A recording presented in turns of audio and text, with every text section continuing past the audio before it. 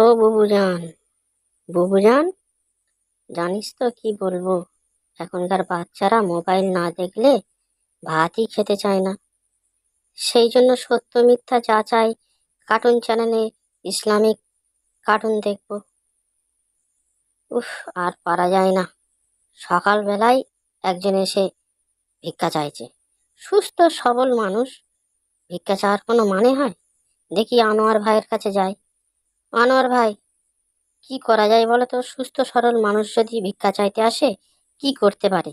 এই কাজ নেই, কর্ম নেই, ভিক্ষা চাইতে আসছে, ভালো লাগে বলো তো দেখি? একটা হাদিস বলে শোনাও তো দেখি। হাদিস? হ্যাঁ, ঠিক আছে। নবীজির কাছে একজন কুঠার নবীজির কাছে একজন লোক এসেছিল ভিক্ষা চাইতে। সুস্থ সরল মানুষ। নবীজি বলল, আমার কাছে এসছো, ঠিক আছে, আমি ভিক্ষা দিতে পারি। তা তোমার তো সুস্থ শরীর, তোমার গায়ে শক্তি আছে, চলো আমার সঙ্গে বাজারে চলো। নবীজি তাকে একটা কুঠার কিনে দিয়েছিল।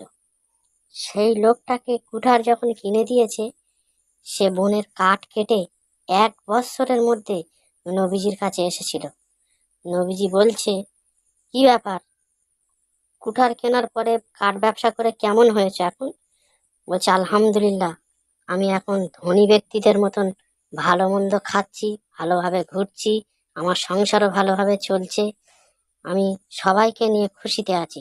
আপনি আরো দোয়া করেন যেন আমার বরকতে ভরে যায়।